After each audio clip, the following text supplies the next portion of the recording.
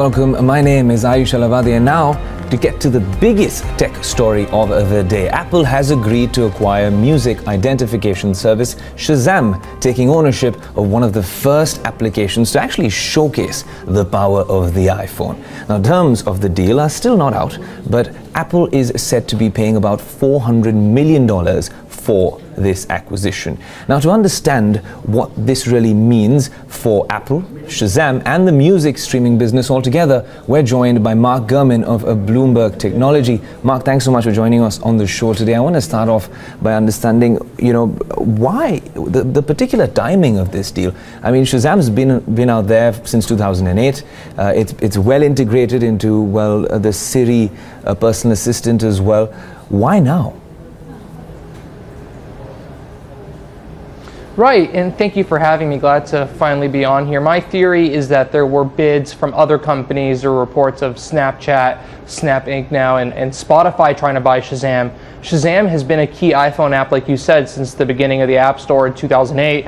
It's integrated into Siri. It has a big presence with its integration with Apple Music. Now, if another company, not Apple, was able to buy Shazam, that means they would get all that data and it would put Apple's deals with Shazam up in the air. Now, by owning Shazam, Apple has complete ownership of the company, all the data, and the fate of the Song ID feature on the iPhone is now, in Apple's own hands, which they like to do. Right, Mark, and it's also interesting when you talk about, customer data, because I believe in November, Shazam had around 175 million monthly active users globally across iOS and Android, of course. But it's interesting because when you're talking about what happens on Google Android phones, Shazam is a separate app. That integration doesn't work this way. It's always worked on iPhones in a particular way. But it becomes interesting also considering what Spotify is doing, when it comes to music streaming, or perhaps what Google Play Music is doing. Do you think Apple had one eye on, the music streaming business? Because I believe that the subscription services business has become, a big chunk of Apple's business as well. Yeah, I think so. So like you said, over 100 million users across Android and iOS for the Shazam application, a very, very popular app for a long time. Now, imagine if on Android, half of those 100 or so million users were on the Android platform versus iOS. Those people love Shazam. They'll continue using it. Apple is going to be able to do whatever it wants to the Shazam app now that it owns it. It can integrate it into Apple Music. It could push people to subscribe away from Spotify or Google Play Music on Android. So what this is going to do is twofold. One, it's going to push people towards Apple Music, which is a key part of Apple's subscription business, which they say is going to be a $50 billion business by 2020, 2021. On the other hand, it's also going to push people toward the Apple ecosystem, which could entice switching from Android devices to the iPhone and the iPad. So I think it's a twofold hit for Apple, and $400 million price point as an upfront investment that they make in a couple days is pretty much an easy purchase, in my opinion, for them to make. Right, Mark, and you're talking about the purchase, it becomes interesting because what we understand is that it's cost Apple nearly $400 million. But the last funding round for Shazam, I believe they were valued at more than double that amount. How are investors reacting to this development, considering, there's some big names like Carlos Slim and top venture capital firms as well. I'd imagine they'd be a little disappointed. Right, it sounds like the Shazam acquisition was a fire sale. The company was put up for sale. It's been struggling for some time. Given it is an application, it feeds data, it has partnerships, and I think a $400 million price point, it was not very enticing or exciting for the investors who were part of Shazam from the beginning. But if you look at what was put into the company at that valuation, it's not great, but it's still better than nothing. $400 million, if you look in terms of Apple's acquisition history, this puts it in like a top 3, top 5 in terms of how much Apple's ever paid. Its previous largest acquisition was Beats Music for $3 billion back in 2014.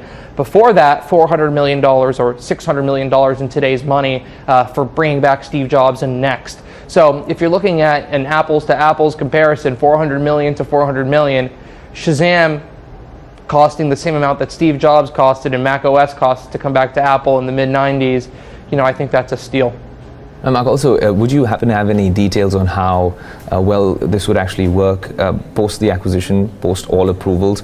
Will the Shazam team work with Apple very closely, or does this mean that they'll be shifting base? Yeah, I believe it's not going to become a wholly owned subsidiary situation. Apple typically, very rarely, allows that when it buys a company. I think they're going to be deeply integrated into the Apple Music team and the data team and the Siri teams at Apple. Typically, Apple spreads across the resources when it does make a smaller acquisition like this. And I think we'll see that happen over the next 12 to 18 months or so.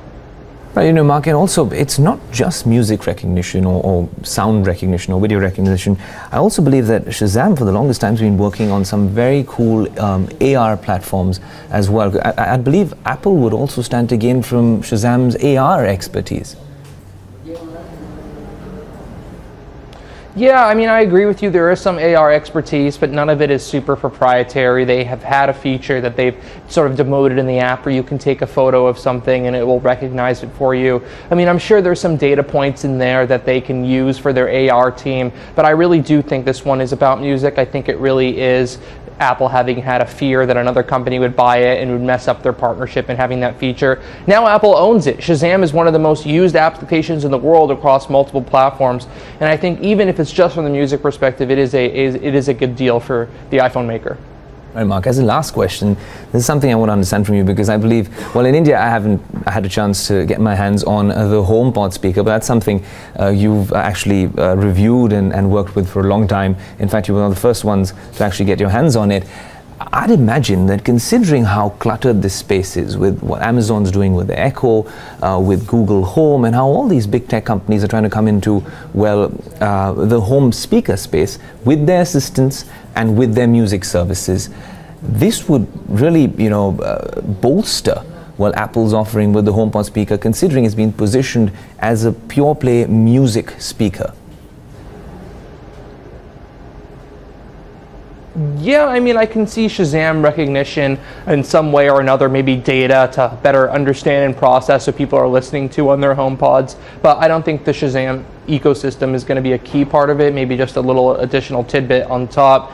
In terms of the HomePod and the smart speaker and music speaker market, I think Apple's up for a big challenge ahead in there, but again, it's just small potatoes compared to what they're making from the Mac, the iPhone, the iPad, and services. So I think no matter how the HomePod fares, it's not going to be a critical concern.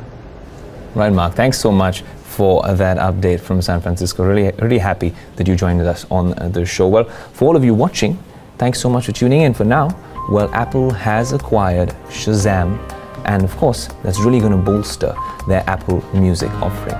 For more such tech updates, stay tuned to BloombergQuint.